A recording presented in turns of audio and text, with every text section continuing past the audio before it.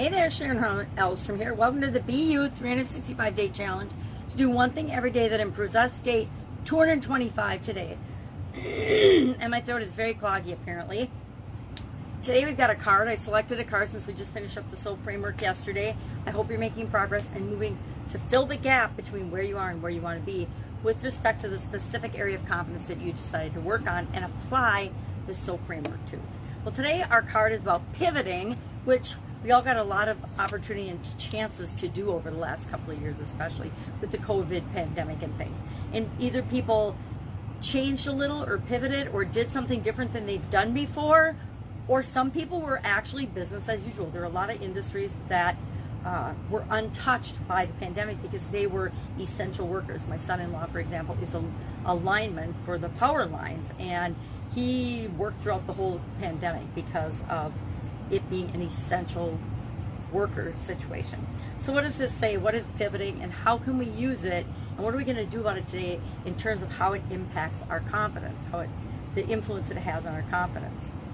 Everything that we experience has an impact on our confidence. We get to decide what that impact is going to be. So our card today says, I can pivot under any and all circumstances. I can pivot under any and all circumstances.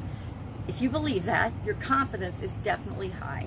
Let's see what the back says. It says, you have the ability to pivot under any and all circumstances, but most of you are habitual in nature and your patterns are so well entrenched that it takes the fastest path to the joy you seek is for you to take your pivot as you sleep. So that was a very choppy sentence, sorry.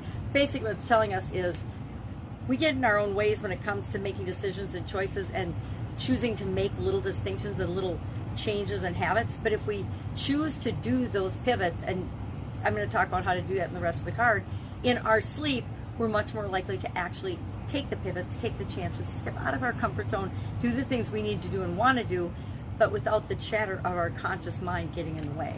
So it basically says most of us are so entrenched in our habits and patterns that we're not going to reach joy and happiness if we keep doing what we've always done, right?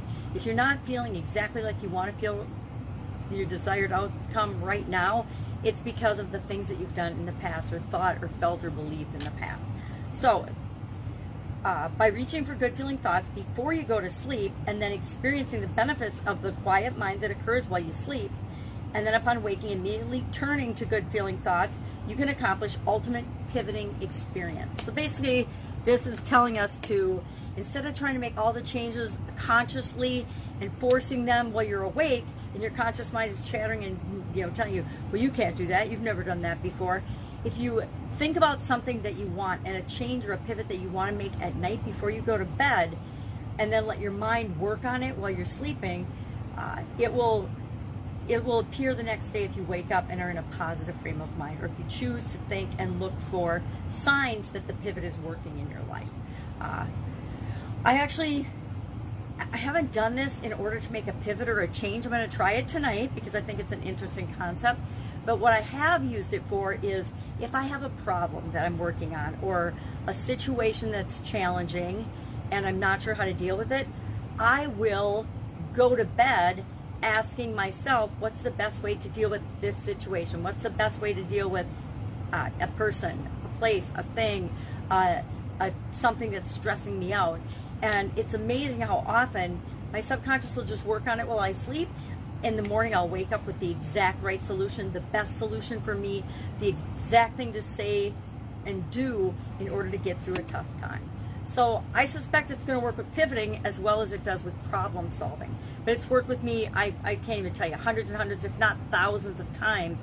I've gone to bed with a challenge or a worry, a doubt or a fear, and asked my subconscious while I sleep, what do I need to do? And actually I ask it now, what do I need to do next about this situation? Instead of thinking it's going to all resolve itself in one step, which isn't always realistic. Sometimes it does, sometimes it doesn't, depending on the situation, the relationship, etc. So today, and actually I changed my mind while we're talking, what I was going to do is ask as our action item, have you pivoted in your life and what impact has it had on your confidence? And so I started listing out some of the events and things that have happened in my life that have been big changes and big challenges. I lifted COVID first because almost all of us can relate to the impact and changes of COVID. I put married and divorced, sudden cardiac arrest, illnesses. I've had lots of other illnesses, work and job or business related. Then as a mom, kids, a grandma, I'm actually watching my granddaughter sleep on the monitor right now while I do my videos today. And then school and education, because I went to different schools and education and learning, and then personal development. And I was just going to list a bunch of things and then say, is it an external thing or an internal thing? And how controllable is it? So I was going to do a little chart like that. I probably will still do that during the day, but then I'm going to try the pivoting while I sleep tonight for some area of confidence in my life and see how that makes me feel. And I guess I welcome you to do the same. Either or, either think about and notice today places where you've pivoted and changed and the impact that's had on your confidence. I actually find that every time I make a change, it increases my self-confidence. So if I can help you in any way, ask. Otherwise, have fun with this pivoting concept. Pivot just means change, right? I got to make a change. I got to make a pivot. But pivot became a really popular term during the pandemic. So, and pandemic and pivot both start with P, which is, I'm sure, why it caught on. All right, have an awesome day. Any questions, hit me up. Otherwise, I'll be with you tomorrow. Bye.